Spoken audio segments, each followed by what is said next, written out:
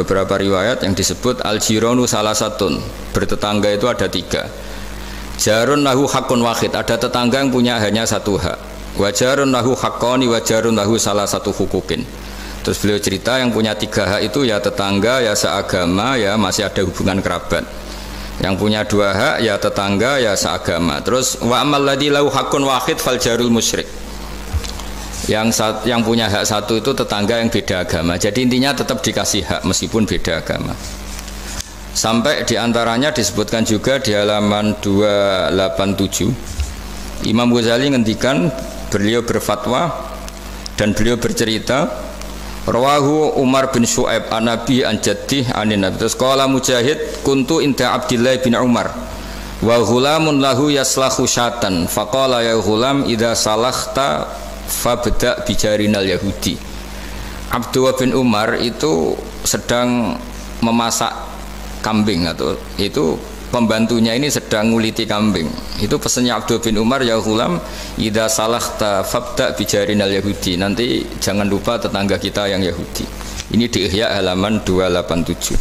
Hanya cerita kebaikan. Jadi cerita-cerita perang itu ya karena kita diperangin, tapi ya kalau kita dibaikin ya baik, itu ajaran Islam. Hatta qala dzalika miraron. Faqala lahu lima taqulu hadza. Ini pembantunya juga enggak langsung menerima. Kenapa?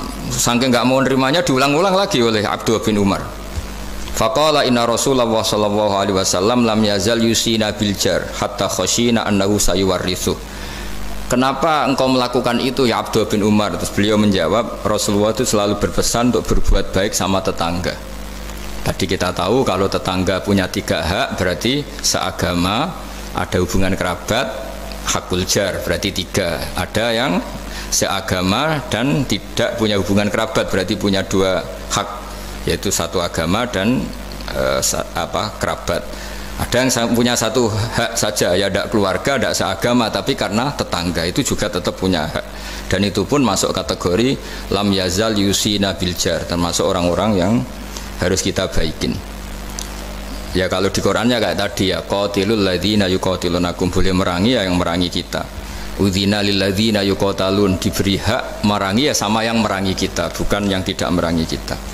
Terus waqala Hisham, kanal Hasanu la yara ba'san antut imal jarul yahudiyya wan nasraniyya min udkhiyatik. Bahkan sebagian ulama di sini disebut Hasan Basri berpendapat kalau berkorban, kalau punya tetangga Yahudi yang butuh nggak apa-apa dikasih dagingnya. Ini di halaman Ihya 287 juz 2. Jadi dari cerita-cerita itu dan referensi-referensi itu, teman-teman di Jerman nggak usah khawatir lah kalau kiai-kiai kayak kita itu berfatwa nggak boleh berkomunitas internasional nanti takut begini-begini, ndak lah. Kita bacanya ya sama seperti yang dibaca Profesor Kures, sama yang dibaca guru-guru kita.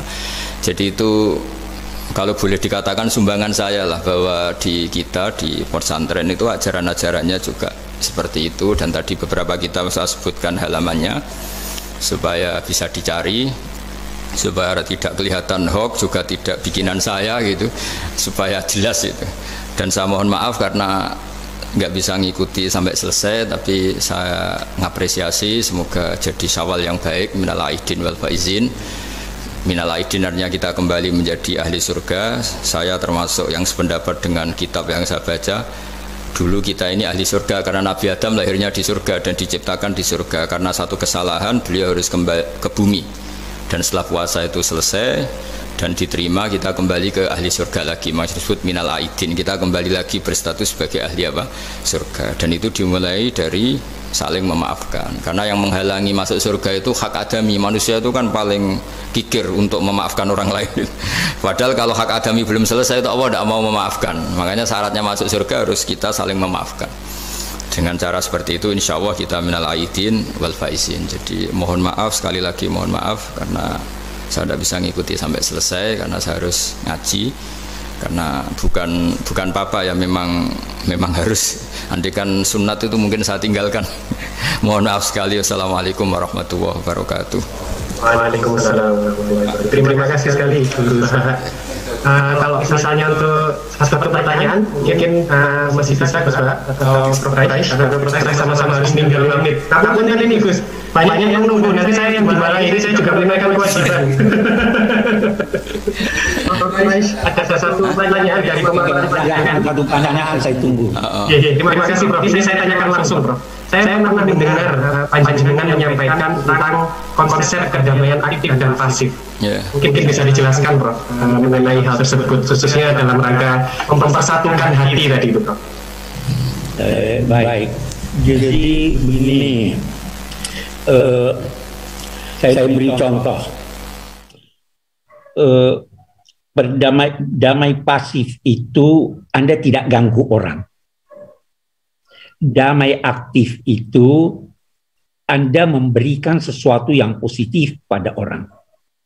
Kalau kita berada di bus, duduk tanpa menyapa yang di samping kita, tanpa mengganggunya, kita duduk dengan baik sambil membaca atau merenung, itu terjadi kedamaian, tapi itu damai pasif. Ada yang aktif adalah Anda memberi dia, ini koran Mas mau baca, ini permen Mas, ajak dia ngobrol dan sebagainya, itu damai aktif. Nah, di Al-Qur'an itu dua-duanya ada itu. Ya, idza khatabahumul jahiluna qalu salama. Kalau mereka itu disapa oleh orang-orang jahil, mereka tinggalkan. Salama, saya berikan kedamaian, damaian pasif.